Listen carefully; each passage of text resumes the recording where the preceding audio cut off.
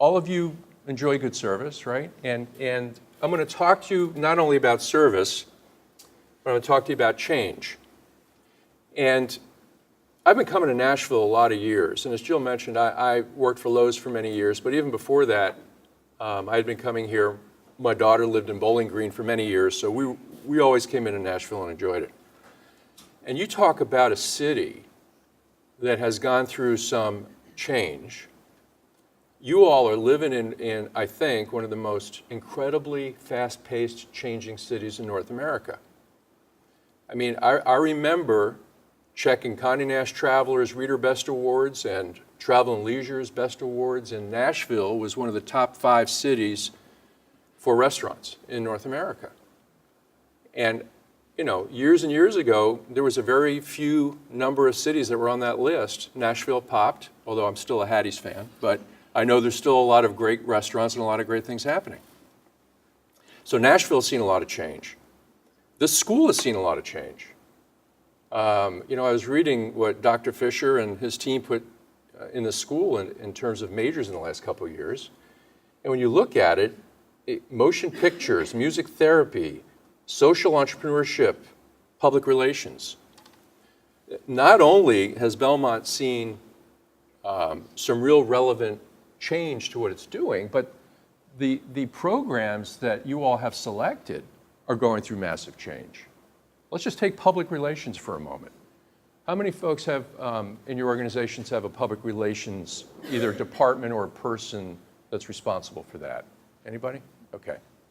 Years ago, if you had public relations, you did something significant that you were proud of, your public relations person, coordinator, manager, director, put out a release, and you hope that the media that watched your specific segment picked up on it. And then if you got it, you circulated it around the company and it was a home run. Everybody was proud. It ended up in the employee cafeteria. It ended up in the newsletters, and everyone was very proud. Let me show you how quickly that's changed. Last year, when I was at Loews, my team came to me early one morning and said, we have figured out a way to have our customers make reservations through Twitter. I said, really? They said, yeah. I said, do me a favor. This was early in the morning. I said, do me a favor. I want you to take the rest of the day, come back to me at the end of the day and tell me why I wouldn't do it.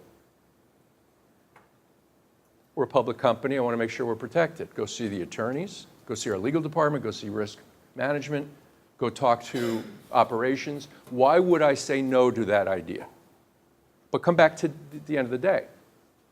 So they came back to me at the end of the day, and they said, there's no reason not to do it.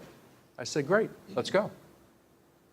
8 days later, we were on the Today Show being highlighted as the first hotel company to do it. Now, you talk about public relations. That wouldn't have occurred 10 years ago. That wouldn't have occurred 5 years ago. That's how fast things are moving today.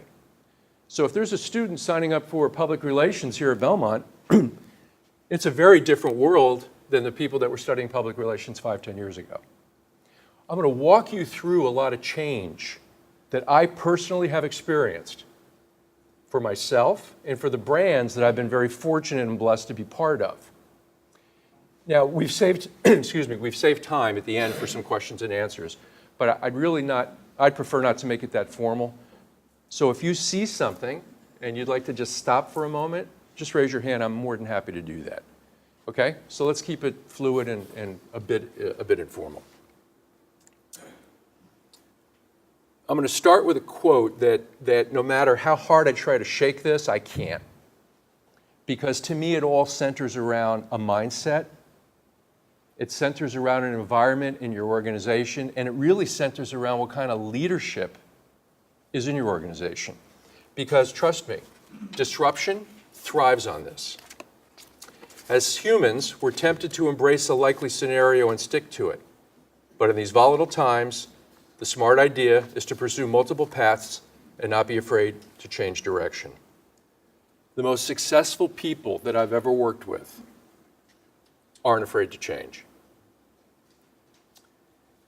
I got approached 10 years ago by Bill Marriott. At the time, I was vice president of sales for Marriott Hotels, $2 billion worldwide brand. Had a great job. I get a call from Bill Marriott to come in his office. He doesn't drink coffee, so I don't know, I'm not having a cup of coffee with him. And he said, we have a senior living division that's not performing well. I'd like you to go in and see what you can do to turn that around. Wait a minute. Senior living division? I'm a hotel guy. He said, yeah, I know, but I want a different lens on it. I said, you got it. I was there 2 years. It was the best 2 years of my career. Why? Because I took a shot. I wanted to enter into an area that I was not comfortable in. I wanted to become a student. What happened 2 years later was they allowed me to do what I wanted to do to change the business. We brought in new people. We asked the field what they thought. No one had done that before. All of the marketing plans and the strategic plans came out of corporate, down to the units. The challenge was the people running the units were never at the table. They were never asked, what do you think? They were handed, this is what you will do. Not in a nice way. We changed that. We had monthly meetings where the general managers of those facilities and their directors of sales sat and we discussed what would make this business more successful. Within 2 years, the move-in rate, which is the metric for that industry, went up 18.5%. So making sure that change is in your mindset during volatile times can prove very beneficial. And by the way, let's look at when this quote was written. It has no shelf life. Especially today, this has no shelf life. I'm going to walk you through a couple examples of some very high-profile brands that decided that they also were in volatile times and they needed to change things. And the reason I selected these brands as examples to share with you was because they had a lot to lose if they got it wrong. These are brands that are global, they're iconic, you'll know them when you see them. And the lesson learned within these brands is that they took risks in order to get to what it is they needed to do.